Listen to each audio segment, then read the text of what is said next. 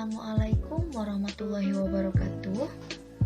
Kali ini saya Siti Evi Melani, mahasiswa Kebidanan Politeknik Bakti Asih Purwakarta, akan membahas proses terjadinya menstruasi, tugas mata kuliah biologi reproduksi. Apa itu menstruasi? Proses menstruasi terjadi ketika seorang anak perempuan mengalami pubertas atau sekitar usia 10 sampai 16 tahun. Selama masa pubertas berlangsung, rangkaian hormon terjadi pada tubuh anak perempuan. Hal ini untuk mempersiapkan proses kehamilan, dan jika tidak dibuahi, maka akan terjadi menstruasi. Menstruasi atau haid merupakan perdarahan yang terjadi akibat luruhnya dinding sebelah dalam rahim atau endometrium yang berlangsung setiap bulan.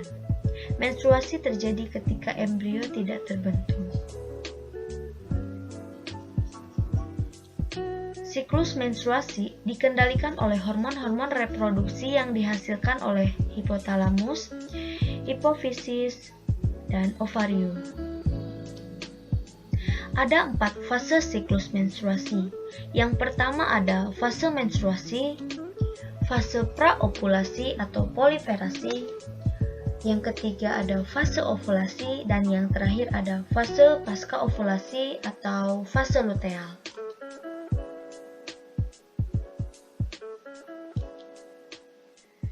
Fase yang pertama yaitu fase menstruasi. Fase ini terjadi jika ovum tidak dibuahi sperma, sehingga korpus luteum menghentikan produksi hormon estrogen dan progesteron. Turunnya kadar estrogen dan progesteron menyebabkan ovum lepas dari endometrium dan disertai robek dan luruhnya endometrium, sehingga terjadi perdarahan. Fase menstruasi ini berlangsung kurang lebih 5 hari.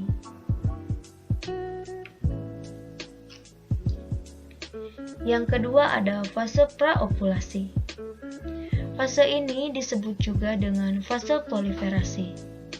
Pada fase ini, hormon pembebas gonadotropin yang dikeluarkan hipotalamus akan memacu hipofise untuk mengeluarkan FSH. FSH adalah follicle stimulating hormone, memacu pematangan folikel dan merangsang folikel untuk mengeluarkan hormon estrogen, sehingga terjadi pembentukan dinding rahim, endometrium, dan disebut juga dengan proliferasi. Yang ketiga ada fase ovulasi. Ovulasi terjadi pada hari ke-14.